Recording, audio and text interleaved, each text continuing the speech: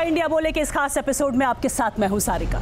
भारत में 1.25 करोड़ की आबादी में लगभग 70 करोड़ के पास फोन की सुविधा है और इनमें से भी 25 करोड़ के हाथ में मोबाइल फोन है। यानी कि इतने लोगों के हाथ में एक ताकत है जो किसी बुराई को मिटाने का हथियार बन सकता है, समाज में बदलाव लाने का औजार बन सकता है। इतने लोग अगर एक मंच पर एकजुट हो जाएं तो एक बड़ी ताकत बनकर उभरें, पर इनमें से कुछ की तादाद में भी लोग इसका दुरुपयोग करने लगे तो सोशल मीडिया बड़ा सरदर्द बन सकता है और ऐसा होता हुआ भी दिख रहा है। ऐसे में सवाल है कि सोशल मीडिया वरदान है या अभिशाप है, बून है या बेन है, इसके फायदे ज्यादा हैं या नुकसान ज्यादा है, ये हीरो बनकर उभरा है या विलेन बनकर उभरा है, इस पर बात करेंगे। हमारे साथ मेहमानों का पूरा एक पैनल है। हमारे साथ के शर्मा हैं, बीजेपी प्रवक्ता। इसके अलावा हमारे साथ राहिला परवीन हैं, AISF कन्वीनर हैं। इसके साथ ही हमारे साथ रेखा अग्रवाल हैं, वरिष्ठ वकील हैं। हमारे साथ राजीव त्यागी हैं, कांग्रेस प्रवक्ता हैं। हमारे साथ कुछ खास मेहमान बाहर से भी जुड़े हुए हैं। Tigmanshu Dhulia, film actor, director. इसके अलावा RSN सिंह, रक्षा विशेषज्ञ। अभिजीत भी हमारे साथ जुड़ेंगे और इसके अलावा हमारे साथ ऑडियंस है, जनता जनार्दन है, जिनसे भी हम ओपिनियन लेंगे कि क्या कुछ है सोशल मीडिया उनके लिए। लेकिन सबसे पहले ये रिपोर्ट। संवाद की नई दुनिया है सोशल मीडिया।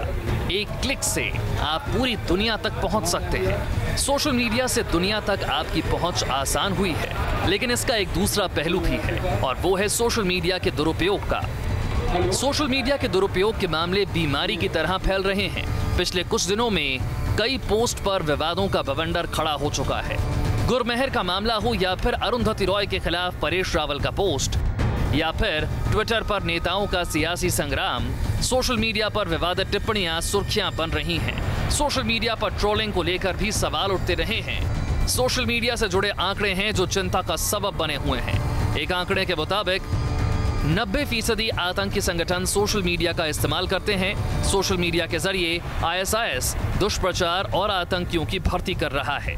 अल-कायदा और तालिबान भी सोशल मीडिया का इस्तेमाल करते हैं। कश्मीर की बात करें तो यहाँ आतंकी संगठन हिंसा फैलाने के लिए सोशल मीडिया का इस्तेमाल करते हैं। सोशल मीडिया के दुरुपयोग के कारण कश्मीर में 22 सोशल साइट्स पर बैन है। 10,000 फेसबुक, 500 व्हाट्सएप ग्रुप पर सरकार की नजर है। इसमें दो राय नहीं कि सोशल मीडिया से संवाद की दुनिया में क्रांति आई है, लेकिन इसके दुरुपयोग से परेशानी में भी इजाफा हुआ है। Team news nation.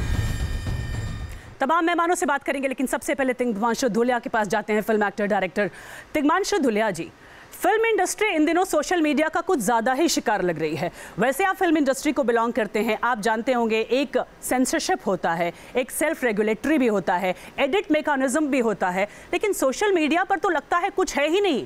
कोई एडिट मैकेनिज्म नहीं है, कोई रेगुलेशन नहीं है, यहाँ जो चाहे जो बोल कर निकल जाता है। हाँ, अब आपका कहना बिल्कुल सही है और ये मैं कहना चाहूँगा कि ये सिर्फ फिल्म इंडस्ट्री नहीं, बाकी सारे जो भी लोग काम कर रहे हैं, चाहे पॉलिटिक्स हो, चाहे वो एजुकेशन हो, चाहे वो सरकार हो, कुछ भी हो, ये एक हर आदमी का अपना एक विवेक जो होता है, वो उसका मापदंड वहीं से होना चाहिए कि मुझको ये मन में रखो, बातें कर लो। लेकिन ट्विटर पे अगर वो चीज़ें आपको लगता है कि किसी खास समुदाय को या किसी एक खास इतने सेंसिटिव है हमारा देश की, उस तरह की छेड़खानी ना हो तो अच्छा है। तो आदमी, it's a very subjective thing. आपका विवेक अगर आपको बोलेगा कि नहीं करो तो नहीं करना चाहिए। मुझे लगता है इसका एक हमारे पास एक टूल है, इस टूल का एक अच्छा इस्तेमाल होना चाहिए, इसका दुरुपयोग नहीं होना चाहिए और सभी लोग करते हैं इसका दुरुपयोग। लेकिन तिग्मांशु जी, आपको ये नहीं लगता कि सोशल मीडिया के ज़माने में जिस तरह से फिल्म इंडस्ट्री दो फाड़ दिख रही है, वैसी कभी पहले नहीं हुआ करती थी? यहाँ पर अलग अलग गुट बन रहे हैं, यहाँ पर फिल्मों के बहिष्कार की बात की जा रही है, यहाँ पर एक दूसरे पर भड़ास निकाली जा रही है और सब कुछ सोशल मीडिया पर हो रहा है और आपके अंदर, फिल्म इंडस्ट्री के अंदर ही हो रहा है। जी, अब मैं क्या कह सकता हूँ, मैं आपकी बात हामी भर सकता हूँ, बिल्कुल सही बात है, ये हो रहा है। तो मुझे लगता है सिर्फ, जैसे कि मैंने पहले कहा, सिर्फ फिल्म इंडस्ट्री में नहीं हो रहा, हर जगह हो रहा है। हमको एक्सेप्ट कर लेना चाहिए। एक साइंटिफिक इजाद हुई है, एक नई चीज़ है समाज में, इसके प्रोज एंड कॉन्स दोनों रहेंगे, तो संभल के चलें। और क्या कह सकता हूँ। के शर्मा जी, अभी यह खबर आई थोड़े दिनों पहले कि फेसबुक पर फॉलोअर्स की संख्या में प्रधानमंत्री मोदी सबसे आगे चले गए और सबसे बड़े शासनाध्यक्ष बन गए, ट्रंप को पीछे तक छोड़ दिया और उनके लगभग 4 करोड़ 13 लाख फॉलोअर्स बन गए। लेकिन एक तरफ जहां प्रधानमंत्री इसे सबसे बड़ा टूल मानते हैं कि सोशल मीडिया का इस्तेमाल सरकार और जनता के बीच की खाई पाटने के लिए हो सकता है, वहीं आपके ही कुछ नेता सोशल मीडिया का इस तरह से इस्तेमाल क्यों करते हैं? ये सच कहा इन्होंने अभी, जो मेरे पूर्व वक्ता थे, कि ये व्यक्ति के या आम आदमी के विवेक पर निर्भर है कि इस मीडिया का उपयोग वो किस तरह कर रहा है। बिल्कुल। और यदि वो इसको अच्छे कामों में उपयोग कर रहा है तो जैसा आपने अपने प्रारंभ में ही कहा है कि बहुत बड़ी क्रांति इस देश में लाई जा सकती है, और खासकर हमारी सरकार का ये सूचना है। और इसीलिए हमारा डिजिटल कैंपेन, जो हमने डिजिटल इंडिया की बात की है, वो यही सब आधार को सोचकर किया है कि ये एक संवाद का ऐसा माध्यम बने, एक जागरूकता का ऐसा माध्यम बने। आज स्वच्छता अभियान है या कई अभियान हमारी जो पार्टी के हैं, सरकार के हैं, लेकिन वो इन्हीं माध्यमों से सफल हुए हैं। सवाल यही है कि जब जागरूकता की बात की जा रही है, जब डिजिटाइजेशन की बात की जा रही है, तब अगर सांसद और नेता ही इसका दुरुपयोग करने लगे, राजीव त्यागी जी, तो फिर आम आदमी के लिए ये मिसाल कैसे बनेगा? क्योंकि आपकी पार्टी से ही किस तरह कैटल विवाद आपको याद होगा, जिस तरह से शशि थरूर का शुरू हुआ और दिग्विजय सिंह तक, अभी तक विवाद ही विवाद हैं सोशल मीडिया के जरिए। देखिए, जब कोई टेक्नोलॉजी आती है उसके प्रॉस एंड कॉन्स, पॉजिटिव और नेगेटिव दोनों चीज़ होती है।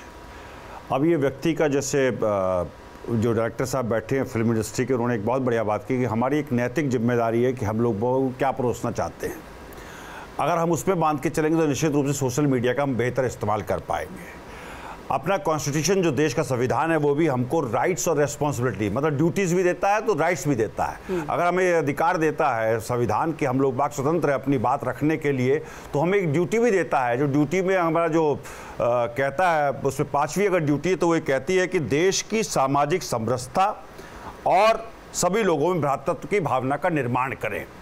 यदि इस ड्यूटी को ध्यान में रख करके हम पोस्ट करेंगे किसी भी चीज़ को, व्हाट्सएप पे हो, ट्विटर पे हो, चाहे वो फेसबुक पे हो, तो निश्चित रूप से हम ड्यूटी को बेहतर कर पाएंगे। बिल्कुल। लेकिन राहिला, क्या आप इत्तेफाक रखती हैं राजीव त्यागी से? आज़ादी की बात सब कहते हैं, हमें आज़ादी चाहिए, तमाम नारे लगाए जाते हैं, लेकिन क्या आज़ादी जिम्मेदारी के साथ नहीं आती है? और क्या सोशल मीडिया पर इस जिम्मेदारी को समझने की ज़रूरत नहीं है? क्योंकि यही वो सोशल मीडिया है जहां किसी महिला को रेप की धमकी दे दी जाती है, एक ट्वीट पर गिरफ्तारी हो जाती है। बिल्कुल, बिल्कुल सही बात है। देखिए, तकनीकी क्रांति सफल तब मानी जाती है जब वो तकनीकी क्रांति समाज को और व्यक्ति को न सिर्फ नैतिक रूप से जिम्मेदार बनाता है, बल्कि संवेदनशील बनाता है। लेकिन आज जो सोशल मीडिया में खास करके महिलाओं के साथ जो हो रहा है, वो आप देख सकते हैं कि किस तरह से समाज हमारा असंवेदनशील बनता जा रहा है, चाहे वो फिल्मी जगत से शुरू हो या समाज के दूसरे हिस्से से। परेश रावल, अभिजीत, ये किस पे सवाल उठाए हैं? एक महिला पे सवाल ना उठाएं बल्कि उसका ट्रोल किए हैं। फेसबुक, ट्विटर या व्हाट्सएप पे अगर कोई एक महिला अपनी किसी भी तरह की सहमति असहमति को दर्ज करती है, हम इस बात से इनकार नहीं करते हैं कि सामने वाले की भी सहमति असहमति हो सकती है और वो भी बहुत अच्छे तरीके से अपनी बात को रख सकते हैं। लेकिन वो बात रखने की जगह और ऐसा नहीं, बात रखने के का जरिया नहीं, क्या ये बुली करने का जरिया बन गया है? पुलिंग करने का जरिया, बिल्कुल पुलिंग करने का जरिया ही ना बन गया है, बल्कि जिस तरह की धमकी दी जाती है रेप करने की, गुजरात कर देंगे, ये हम लोगों के अकाउंट पे आके कहा जाता है कि संभल के रहो नहीं तो गुजरात कर देंगे, संभल के रहो नहीं तो तुमको उठवा लेंगे। लेकिन क्या इससे जो गंभीर का मैसेज डालना कि उनको पत्थरबाज जीप से बांध कर ले जाना चाहिए, क्या ये सही है? बिल्कुल, यही तो मैं कह रही हूँ ना कि महिलाओं पे जिस तरह से आक्षेप बारी बारी से लगाते हैं, चाहे वो फिल्मी जगत के लोग हों या समाज के दूसरे हिस्से के लोग हों या राजनीतिक रूप से सक्रिय लोग। चलिए, रेखा अग्रवाल से हम इस पर आगे जाकर टिप्पणी लेंगे कि क्या महिलाएं यहाँ भी सबसे ज्यादा शिकार हैं बुलिंग की या फिर अपराध की। लेकिन आर एस सिंह के पास सबसे पहले जाते हैं। आर एस सिंह साहब, अभी जब सेना प्रमुख का ये बयान आया है कि आतंक अपनी स्ट्रैटेजी बदल रहा है, डर्टी गेम चल रहा है, तरह तरह के व्हाट्सएप या फेसबुक, अब तो एक काशबुक भी आ गया है कश्मीर में जिससे पत्थरबाजों को इकट्ठा किया जा रहा है, 90% आतंकी संगठन इसका इस्तेमाल कर रहे हैं। ऐसे में क्या एक सुरक्षा की रणनीति नहीं बननी चाहिए? नहीं, बिल्कुल। इस फौज इस मामले में सबसे ज़्यादा संजीदगी उन्होंने दिखाई है। एक बहुत एग्जॉस्टिव स्टडी उन्होंने किया है और पूरा वर्ल्ड वाइड जो ये फिनोमिनन है उसका कई देशों से में जाके उन्होंने इसका स्टडी किया है। लेकिन आपको मैं सुरक्षा के लिहाज से मैं ये बता दूं कि देखिए, अगर एक सोशल मीडिया के ज़रिए इतना बड़ा इंडोक्ट्रिनेशन हो सकता है कि केरला से 23 लोग जाके अफ़गानिस्तान में आईसिस को ज्वाइन कर लें, इतनी लंबी दूरी तय करते हुए, तो आप इसका इम्पैक्ट देखो। मालदीव से अगर लोग सीरिया में आईसिस को ज्वाइन करने जा रहे हैं तो सोशल मीडिया का आप वो इम्पैक्ट देखो। लेकिन अब सवाल ये है कि आप जैसा किसी वो राजीव त्यागी साहब ने कहा कि कोई किसी भी टेक्नोलॉजी का दो पहलू हमेशा रहेगा। रेखा अग्रवाल जी, क्या कहें सोशल मीडिया को? सोशल मीडिया कहें, एंटी सोशल मीडिया कहें? क्योंकि रामपुर की घटना आपको याद है, अभी हाल की ही है। जो घटना, जो हरकत आम जिंदगी में सजा दिला सकती है, जेल की सलाखों के पीछे किसी को ले जा सकती है, क्या सोशल मीडिया पर डालकर चंद लाइक्स पाने के बाद उनका कुछ नहीं बिगड़ सकता? देखिए, आपने बहुत ही इम्पॉर्टेंट क्वेश्चन आज में से किया है और एक वकील होने के नाते मैं इसके ऊपर अपना जो प्रैक्टिकल एक्सपीरियंस है उससे ज़्यादा बोलना चाहती हूँ। कोई भी चीज़ की जब अति होती है तो वो एक अभिशाप बन जाता है। ये इंफॉर्मेशन टेक्नोलॉजी एक्ट जो था, जिसके तहत ये सोशल मीडिया, ये सोशल नेटवर्किंग साइट्स जो हैं जिनका इतना ज़्यादा प्रचलन हो गया और लोग आपस के अंदर एक दूसरे से कनेक्ट करने लगे, तो जहाँ हम देखते हैं कि इसका एक बहुत अच्छी बात थी कि जहाँ पर छोटे छोटे परिवार हैं, न्यूक्लियर फैमिलीज़ हैं, एक दूसरे से कनेक्ट करने के लिए एक अच्छा जरिया बन गया। परंतु जिस तरीके से एक्सेस हो गया है इसका और अब तो ये चरित्र हनन का जरिया बन गया है, ऐसा लग रहा है। पर्टिकुलरली महिलाओं के साथ जिस तरीके से हम देख रहे हैं कि इसका मिसयूज होने लग गया है, उनकी स्टॉकिंग होने लग गई है, उनको रेप की धमकियां दी जाती है, यहाँ तक कि छोटे छोटे जो बच्चे हैं, हम देखते हैं रोज अखबारों के अंदर पढ़ते हैं कि इस सोशल नेटवर्किंग साइट्स के थ्रू सुसाइड तक करते हैं, मर्डर्स तक करते हैं, इतना ज्यादा क्राइम बढ़ गया है। तो सेक्शन 66 इंफॉर्मेशन टेक्नोलॉजी एक्ट के तहत कोई भी जो एविडेंस होता है वो एडमिसिबल होता है कानूनी तौर के ऊपर। ये एक बहुत अच्छी बात है कि जहां पर कोई भी सबूत की वजह से कोई इंफॉर्मेशन टेक्नोलॉजी एक्ट इसके लिए काफी है या इसके लिए भी नए तरीके से कानून बनाने पड़ेंगे? राजीव त्यागी जी कुछ कहना चाहते हैं? मैं आपको बताऊं, मैं पॉलिटिकल व्यक्ति हूं और भारतीय जनता पार्टी से लेकर कांग्रेस से लेकर जितने भी दलों के प्रवक्तागण हैं सब ट्रोल होते हैं, सबको गालियां पड़ती हैं। चाहे पंडित जी बैठे, मेरे मित्र यहाँ बैठे, उनको भी गालियां पड़ती होंगी, मुझे भी पड़ती हैं। लेकिन क्या हम गाली खाने के लिए राजनीति कर रहे हैं? निश्चित रूप से इस समाज की रचना रोकने के लिए हम सब लोगों को एक होकर के कहीं ना कहीं समाज में नैतिकता का आवरण कैसे बढ़े उस पर काम करना। बिल्कुल। तो जिसे सोशल मीडिया माना जा रहा है वो समाज को जोड़ने के लिए बना, लेकिन वो समाज को तोड़ने का काम कर रहा है क्या? हिमांशु धूलिया जी, जिस तरह से एक मीडिया है, हम भी मीडिया में काम करते हैं, आप भी फिल्म इंडस्ट्री हैं, एक तरह से मीडिया ही हैं, एक सेल्फ रेगुलेशन होता है। हम भी कुछ भी यूं ही नहीं बोल सकते हैं कैमरे के सामने आकर, कुछ भी नहीं लिख सकते हैं, आप भी कुछ भी नहीं दिखा सकते हैं क्योंकि आपके ऊपर एक सेंसरशिप है। अब सोशल मीडिया में ऐसा क्या हो जो जिम्मेदारी खुद ही तय है? क्योंकि हमारे दिमाग में तमाम बातें आती हैं, कभी गुस्सा भी आता है, पर हम ऐसा तो नहीं करते कि सामने जाकर चिल्लाना या गालियां देना शुरू करते हैं। पर सोशल मीडिया पर ऐसा क्यों होता है? अब इस सवाल का जवाब तो मुझे लगता है जो रेगुलेटरी कमिटीज हैं वो बनाई, कि इसके पहले आपने सागर का बहुत अच्छी बात की थी, आप फिर कहीं और चलेगी कि ये हो क्यों रहा है। उस पर अगर हम लोग बात करें तो वो ज़्यादा कंस्ट्रक्टिव बात होगी। मुझे लगता है ये हो क्यों रहा है बिकॉज समाज में लोग जो हैं बहुत अकेला महसूस करते हैं, एलिनेशन है हमारे सोसाइटी में। और ट्विटर और जितना सोशल मीडिया के प्लेटफॉर्म हैं उसमें लोग इसलिए एक्टिव हैं क्योंकि हर आदमी चाहता है कि उसकी कोई पहचान बने, वो पहचाना जाना चाहता है कि उसकी अपने फॉलोअर्स हों। फेसबुक पे बच्चों के अगर किसी फोटो पे डिसलाइक ज़्यादा हो जाते हैं तो उनको मानसिक तनाव हो जाता है।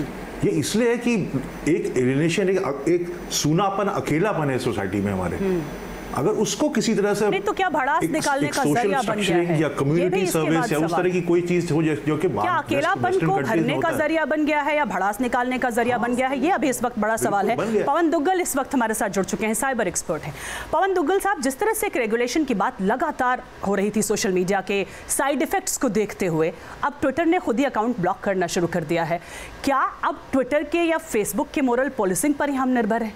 देखिए, आज मुझे लगता है कि जितने कदम सोशल मीडिया सर्विस प्रोवाइडर्स उठा रहे हैं वो बहुत कम है। अच्छी बात है कि ट्विटर ने अपने आप से ये अकाउंट्स को बंद करना शुरू कर दिया है।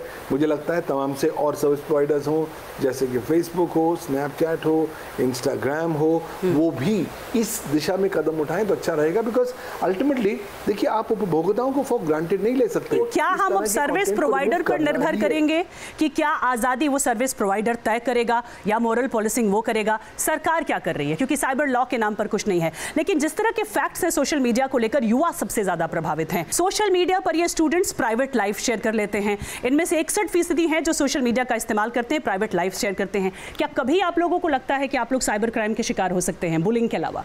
बिल्कुल, साइबर क्राइम का शिकार हो सकते हैं। मेरा सवाल बीजेपी प्रवक्ता सर से है। सर, ये बताइए, आपकी सरकार क्या कर रही है? क्या कभी अभिव्यक्ति की आज़ादी के नाम पर कोई भी व्यक्ति कभी कहता है किसी फिल्म अभिनेता के बाल कलम करके लाइए, कभी कहता है उनकी गर्दन कलम करके लाइए, कभी एक लेखिका कहती है कि किसी क्रिकेटर को उस पत्थरबाज के स्थान मतलब पर किसी क्रिकेटर को। सरकार इसको रेगुलेट करने के लिए क्या कर रही है? सरकार क्या कर रही है? मैं एक बात उनसे जोड़ के कहना चाहता हूँ कि स्वतंत्रता ने, अभिव्यक्ति की स्वतंत्रता तो है लोगों को, लेकिन स्वच्छंदता नहीं है। सवाल यही है कि और किस हद आप तक है? जिस समय स्वतंत्रता से कब आप स्वच्छंद हो जाते हैं ये आप समझ नहीं पाते, और यहीं पर आपका विवेक सवाल ये है कि फिर आपको मिसाल अपनी पार्टी से ही शुरू करनी पड़ेगी और सरकार के साथ ही शुरू करनी पड़ेगी। आपका सवाल? मैं राजीव जी की बात से पूरी तरह सहमत हूं कि इससे जो फायदा हुआ है वो युवाओं को हुआ है, लेकिन ये अभिशाप भी युवाओं के लिए बना। मैं कहना चाहूँगा सोशल मीडिया बनता है लोगों के आइडियाज़, व्यूज़ और अपनी सिंगिंग दूसरों से शेयर करने के लिए, और सर इस बहस से कुछ फ़ायदा नहीं होगा। मैं चाहता हूँ कि गवर्नमेंट भी आ गया है और जो उसके सर्विस प्रोवाइडर हैं वो दोनों मिलकर कुछ ऐसा काम करें जिससे साइबर पुलिस वगैरह इस पर कंट्रोल रखे और ये चीज़ कम हो। समाज के बीच एक खाई है जिसे पाटने के लिए सोशल मीडिया बना, या और लंबी खाई पैदा हो गई? क्योंकि दुरुपयोग की बात सामने आती है, इसका इस्तेमाल अफवाह फैलाने के लिए हो रहा है, ये भी बातें सामने आई हैं। दंगे को हवा देने में सोशल मीडिया का इस्तेमाल हो रहा है। मुजफ्फरनगर से लेकर सहारनपुर और सहारनपुर से लेकर ब्रिटेन तक दंगों को फैलाने में इसका इस्तेमाल किया गया। इसमें दो राय नहीं कि सोशल मीडिया की वजह से दुनिया बदली है। कहना गलत नहीं होगा कि सोशल मीडिया की वजह से मुट्ठी में है दुनिया। सोशल मीडिया की वजह से संवाद का दायरा बढ़ा है, दूरियां सिमटी हैं। कई नेताओं को शिखर तक पहुंचाने में सोशल मीडिया की भूमिका अहम रही है। पीएम नरेंद्र मोदी हों या दुनिया के दूसरे प्रभावशाली नेता, सोशल मीडिया की ताकत से सब वाकिफ हैं। सोशल मीडिया संवाद का नया अंदाज है, लेकिन इसका दुरुपयोग सभ्य समाज के लिए बड़ी चुनौती के रूप में सामने आया है। कई मामलों में अफवाह फैलाने और दंगा भड़काने में असामाजिक तत्वों ने सोशल मीडिया का दुरुपयोग किया है। सहारनपुर में भड़की हिंसा में सोशल मीडिया की बड़ी भूमिका बताई जाती है। हिंसा को काबू में करने के लिए सहारनपुर में सोशल साइट्स पर बैन लगाया गया। 2013 के मुजफ्फरनगर दंगे में सोशल मीडिया की भूमिका पर सवाल उठे थे। जांच रिपोर्ट के मुताबिक सोशल मीडिया पर फेक वीडियो पोस्ट किए गए, जिसके बाद दंगा भड़का। दादरी कांड में भी सोशल मीडिया की भूमिका पर सवाल खड़े किए गए। ब्रिटेन और बांग्लादेश में भी सोशल मीडिया के पोस्ट पर दंगे भड़के थे। दुनिया को बदलने में सोशल मीडिया ने अहम भूमिका निभाई है, सब मानते हैं, लेकिन इससे जुड़ी समस्या है, इससे जुड़ी चुनौतियां भी हैं। Team news nation. और सवाल यह है कि जिस तरह रोज दर रोज ये चुनौतियां बढ़ती जा रही हैं, रोज दर रोज क्या हम मुकाबले के लिए नई तैयारी कर रहे हैं? रेखा जी, जिस तरह से रोज रोज महिलाओं की अगर बात करें तो एक सर्वे के मुताबिक सबसे ज्यादा छात्राएं बुलिंग का शिकार होती हैं, यहाँ महिलाएं बुलिंग का शिकार होती हैं। रोज रोज की जिंदगी में एक वर्मा कमीशन बना निर्भया केस के बाद, और तब ये बात सामने आई कि कोई फब्ती भी कस दे चलती हुई किसी महिला पर, कोई अगर कुछ कॉमेंट कर दे, कोई घूर दे, तो वो कानून काम करेगा वहां अपना। लेकिन सोशल मीडिया पर महिलाओं को गाली दी जाती है, रेप की धमकी दी जाती है, उन्हें तरह तरह से मेंटली टॉर्चर किया जाता है, कोई मैकेनिज्म ही नहीं है। जी देखिए, आपने बिल्कुल सही कहा। वर्मा कमीशन ने महिलाओं की तरफ कोई भी अपराध होता है तो जीरो टॉलरेंस की बात करी, और पहली बार जो स्टॉकिंग है यानी कि पीछा करना, उसको एक अपराध माना गया। चाहे वो फिजिकली कोई पुरुष किसी महिला का पीछा करता है या उसको साइबर क्राइम के ये वर्चुअल वर्ल्ड के थ्रू करता है।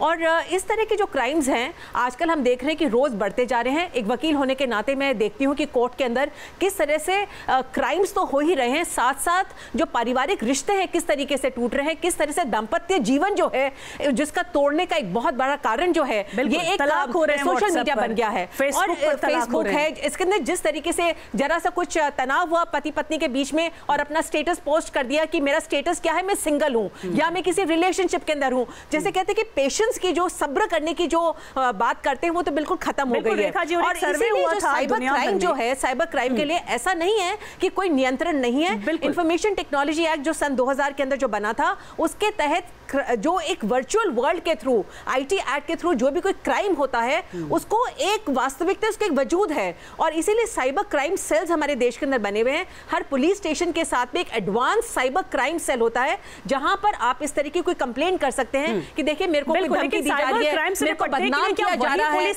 तैयार है जो पुराने तौर तरीकों से काम करती है। पवन दुग्गल साहब, अभी जिस तरह से साइबर क्राइम का शिकार पूरी दुनिया बनी, वाना क्राई ने वाकई रोने को मजबूर कर दिया दुनिया में, लेकिन जिस तरह से लोग इसके बारे में कंप्लीटली अनअवेयर हैं। कितने फीसदी लोग अपने स्कूल का नाम शेयर कर लेते हैं, फ़ोन नंबर शेयर कर लेते हैं, स्टेटस शेयर कर लेते हैं। क्या इस पर कोई अवेयरनेस नहीं होनी चाहिए? देखिए, अवेयरनेस की, जागरूकता के कार्यक्रम की तो बहुत ज़्यादा ज़रूरत है, लेकिन जितना होना चाहिए वो हो नहीं रहा है, क्योंकि एक सरकार इसको शायद बहुत महत्वपूर्ण तवज्जो या महत्व नहीं दे रही। दूसरा, इस तरह के प्रोग्राम्स के लिए आपको कैपेसिटी बिल्डिंग और बजटिंग की ज़रूरत है। तीसरी महत्वपूर्ण बात, सरकार अकेले ही ये काम नहीं कर सकती, तमाम सारे सर्विस प्रोवाइडर्स को भी काम करना बाकी है। मैं बहुत देर से कहता आया हूँ कि अब वो समय आ गया है कि अब आपको साइबर लॉ की जो एजुकेशन है, आपको स्कूल में पहली कक्षा से प्रारंभ करनी पड़ेगी। तो तमाम सारे के शर्मा जी, क्या सरकार अब इसके लिए तैयार है? जिस तरह से चुनौतियां बढ़ती जा रही हैं दुनिया भर में, चाहे वो परिवारजन हो, मित्रगण हो। बिल्कुल, के शर्मा जी, क्या सरकार इसके लिए तैयार है? क्या वही पुरानी पुलिस जो अपराध को नियंत्रण करने में भी कामयाब नहीं है, उसी पर पूरा दारोमदार है साइबर क्राइम से निपटने का, जो कभी कभी खुद ही शिकार हो जाते हैं? अभी वाना क्राई के वक्त देखा था हमने। नहीं, सारिका जी, देखिए, सरकार इसको अवेयरनेस लाने के लिए बिल्कुल तैयार है। अभी जब नोटबंदी हुआ, इसके बाद जो डिजिटल पेमेंट की बात आई, तो सरकार ने जगह जगह कैंप लगाकर और लोगों को जागरूक करने का प्रयास किया। कमियां तो हैं, कमियां मैं ये नहीं कह रहा हूं, क्योंकि इसका उपयोग जो है विवेकपूर्ण ढंग से होना चाहिए, लेकिन इसकी अच्छाइयां भी हैं। डिजिटाइजेशन की बात हो रही है डिमोनेटाइजेशन के बाद से। अगर जब तक हम साइबर क्राइम से निपटने की तैयारी नहीं करेंगे, तो क्या हम लोगों के पैसे जो कमाई, गाढ़ी कमाई है, या लोगों के बैंक अकाउंट, इन सबको स्टेक पर रख देंगे अगर साइबर क्राइम से पहले निपटने की कोशिश नहीं करेंगे? देखिए, मैं 3 विषयों में छोटी छोटी अपनी बात रखना चाहता हूँ। पहली बात तो है कि सोशल मीडिया में जिस तरह से चीज़ें हो रही हैं और जो हम नेगेटिव एस्पेक्ट लिख रहे हैं, उसमें आई, मी एंड माई सेल्फ, इस तरह की सोसाइटी जो बन रही है, एक वो भी जिम्मेदार है इस बात के लिए। दूसरी बात, अभी जो मेरे मित्र ने कहा कि डिजिटलाइजेशन करने के दौर में है और हम डिजिटल पेमेंट्स करना चाहते हैं, सब कुछ करना चाहते हैं, मैं कहता हूं कि डिजिटल करिए, कोई दिक्कत नहीं, लेकिन हैकिंग से प्रूफ तो करिए। बिल्कुल, वानाक्राई से निपटने के लिए क्या आप तैयार हैं? इस तरह के साइबर क्राइम से निपटने को तैयार हैं? ये ऑर्डिनेंस लागू कर देते हैं, कह देते हैं कि 3 दिन तक हमारे एटीएम्स बंद रहेंगे, क्योंकि हैकर्स जो है ना हैकिंग कर सकते हैं। उधर आप आधार कार्ड को बैंक से जोड़ रहे हैं, उधर आप टेलीफोन से टेलीफोन में आपके सारी टेलीफोन नंबर में सारी डाटा आपका, तो टेलीफोन नंबर और आधार को जोड़ करके जब आप काम करते हैं, तो आपके हैकिंग प्रूफ तो होना चाहिए कम से कम। सरकार उस पर काम करना चाहिए। यानी डिजिटाइजेशन से पहले तीसरी बात, साइबर क्राइम से ये जो है, ये मैं नकारात्मक कहना चाहता हूँ। आरएन सिंह साहब ने बोला फौज के ऊपर,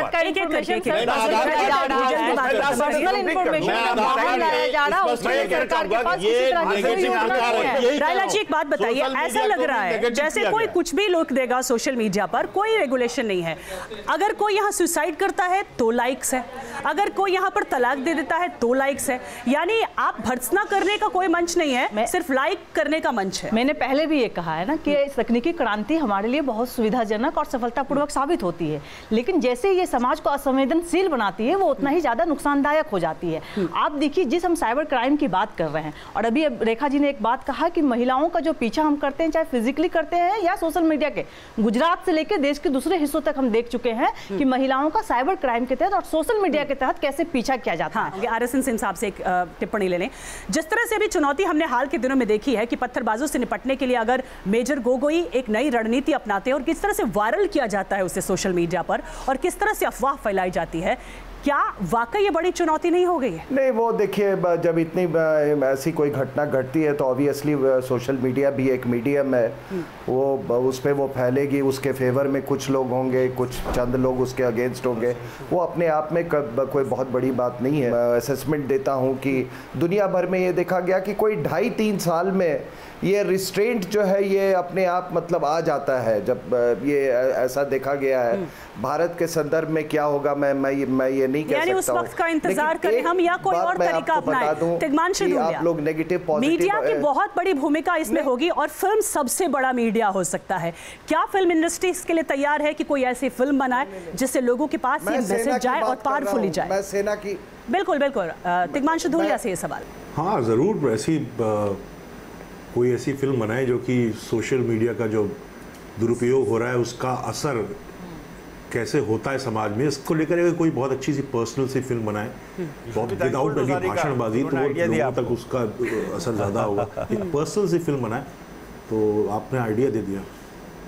चलिए इस आइडिया पर अमल हो जाए और कोई ऐसी फिल्म बन जाए, क्योंकि कहते हैं फिल्में जो होती हैं समाज का आईना होती हैं, और समाज जिस मुश्किल दौर से गुजर रहा है उसको दिखाना बहुत ज़रूरी है, ताकि लोगों में और खासतौर से युवाओं में ये इम्पैक्टफुल मैसेज जाएगा। युवा हमारे साथ हैं, आप लोगों को क्या लगता है, ये मैसेज क्लियर है कि सोशल मीडिया पर किस तरह बचना है या अपना बचाव करना और अपनी बात रखनी है, या आपको भी ऐसा कोई इंतज़ार है कि कोई फिल्म आए तो बताए? यस मैम, हमें ऐसा लगता है कि सोशल मीडिया पर ज़रूर कोई फिल्म बननी चाहिए और लोगों तक ये मैसेज पहुँचे कि सोशल मीडिया के जो दुरुपयोग है या उपयोग है उनसे किस तरह हमें बचना चाहिए और क्या क्या हमें करना चाहिए। मैं एक क्वेश्चन पूछना चाहती हूँ, मिसेस अग्रवाल जो हैं वो वकील हैं, मैं उनसे पूछना चाहती हूँ, उन्हें तो बहुत सारे कानून के बारे में पता होगा, जैसे कि महिला के साथ बहुत सारी ऐसी महिलाएं जिनके साथ बहुत सारी उत्पीड़न होती रहती है सोशल मीडिया के थ्रू। हाँ, सोशल मीडिया के थ्रू, जैसे कि किसी का न्यूड सीन वीडियो बना के उसे शेयर कर दिया जाता है। तो आखिर इस तरह के क्राइम से किस तरह बचा जाना चाहिए और जो ये करता है उसके लिए क्या मतलब उस किस तरह के उसे सजा मिलनी चाहिए? क्या रेखा जी? बिल्कुल बेटा, आपने बहुत अच्छा सवाल किया और मैंने अभी पहले भी कहा था कि महिलाओं के इस तरह से उत्पीड़न हो रहा है। तुरंत अगर किसी भी महिला के साथ इस तरह का उसको बदनाम किया जाता है, उसकी कोई गंदी गंदी फोटो, अश्लील फोटोएं डाली जाती हैं या उसका पीछा करा जाता है, तो उसके अंदर आप उसी समय से उसी हम मॉर्फिंग करते हैं फोटोज़ की, पोर्नोग्राफिक कंटेंट उसके साथ, उसका टेलीफोन नंबर करके उसको बदनाम करते हैं, उसको एक प्रोस्टिट्यूट का दर्जा देने की कोशिश करते हैं। तो ऐसी स्थिति के अंदर जैसे ही आपको पता चलता है कि किसी के साथ हो रहा है, घबराना नहीं चाहिए। गलत काम वो कर रहे हैं, आप नहीं कर रहे हैं। आपको तुरंत अपनी 100 नंबर मिला के एफआईआर को दर्ज करिए। सेक्शन 354 के तहत एफआईआर दर्ज होगी। सेक्शन 66 के तहत इंफॉर्मेशन टेक्नोलॉजी एक्ट के तहत साइबर सेल जो है उसके ऊपर एफआईआर दर्ज करेंगे। मैम, मेरा सवाल बीजेपी प्रवक्ता से है और मैं उनसे पूछना चाहती हूँ कि आतंकी संगठन जो है वो सोशल साइट्स का इस्तेमाल कर रहे हैं, ये बात हमें भी पता है और सरकार को भी पता है, तो फिर सरकार उनके अकाउंट को स्वीकार क्यों करती है, उन पर बैन क्यों नहीं लगाती? के शर्मा जी, देखिए अभी जो मैंने जो प्रश्न किया है, जम्मू कश्मीर में अभी हमने वहाँ के कई साइट्स पर जो है प्रतिबंध लगाया है। लेकिन वहाँ पर अगर काशबुक जैसी कोई साइट आ जाती है जो ऑफलाइन भी चलती है, या फिर आप कह रहे हैं कि टाइम फ्रेम अगर तय नहीं होता है तो क्या रामपुर जैसी घटनाएं होती रहेंगी? तो ऐसा लगता है जैसे कि पूरी दुनिया सिमटकर एक फोन के स्क्रीन के अंदर आ रही है, पूरी राजनीति यही सिमटकर फोन के स्क्रीन के अंदर घुस गई है, यही जवाबदेही तय हो रही है, यही सवाल पूछे जा रहे हैं, यही देशभक्ति और देशद्रोह का सर्टिफिकेट भी बांटा जा रहा है, यहीं पर लाइक भी किया जा रहा है, यहीं पर बुली भी किया जा रहा है। तो इससे बचने का तरीका आखिर क्या है? समाज किस तरफ जा रहा है? क्या वर्चुअल समाज भी होता जा रहा है? और किस तरह से इससे निपटा जाएगा? एक एक करके तमाम अपने मेहमानों से इसका जवाब चाहेंगे। के शर्मा साहब, आप कह रहे हैं कि एक टाइम फ्रेम नहीं बताएंगे, लेकिन क्या तब तक हम इंतजार कर होते रहेंगे कि और अपराध होते रहें? सारिका जी, ये टाइम फ्रेम का इशू नहीं, ये सरकार अपना जो कार्रवाई है, सरकार जो कदम सरकार को उठाना है, सरकार उसको उठा रही है। लेकिन देखिए इसमें समाज का भी एक बड़ा रोल है, स्वयं विवेक को भी बढ़ाना पड़ेगा और सरकार की ओर से भी जो इस तरह से गलत कदम उठाए जाए, यानी जो गलत प्रचार होते हैं उसको रोकना होगा, मिलजुल कर करना होगा। मैं ये कहूँगी लास्ट में कि जिस तरह से के शर्मा जी ने कहा, मैं इनके बात से इत्तेफाक रखती हूँ कि आपसी सहयोग और जागरूकता का ये विषय है, लेकिन इसके साथ इस बात पे भी ध्यान देना होगा, क्योंकि ये सरकारी पक्ष के हैं, कि जिस पोस्ट से ये झलकता है कि ये सरकार के विरोध में है, उन पे एफआईआर हो जाता है, उनको पुलिस बुलाकर ले जाती है।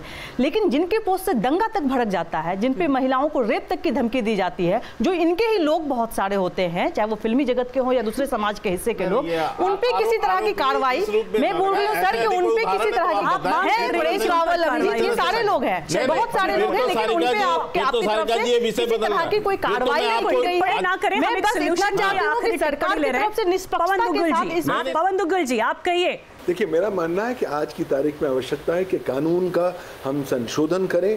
भारत का जो सूचना प्रौद्योगिकी कानून है उसमें स्पष्ट कड़े प्रावधान लेकर आए। बिल्कुल, आप जो ये आखिरी बात टिप्पणी दे रहे हैं इस पर रेखा अग्रवाल जी भी कुछ कहना चाह रही है।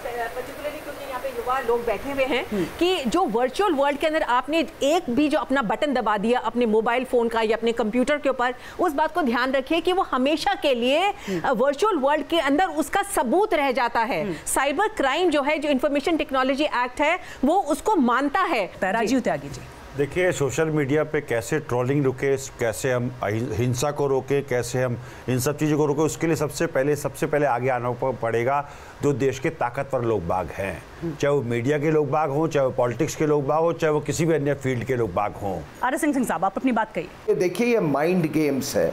अभी फौज में एक स्टडी उन्होंने किया है, वो कहते हैं कि एक माइंड फोर्स तैयार करो, क्योंकि ये देखिए साइकोलॉजिकल वॉरफेयर भी इसके थ्रू हो रहा है। तो आपको एक माइंड फोर्स जो कि काउंटर नैरेटिव तैयार करने की जरूरत है, ये बड़ा सवाल है।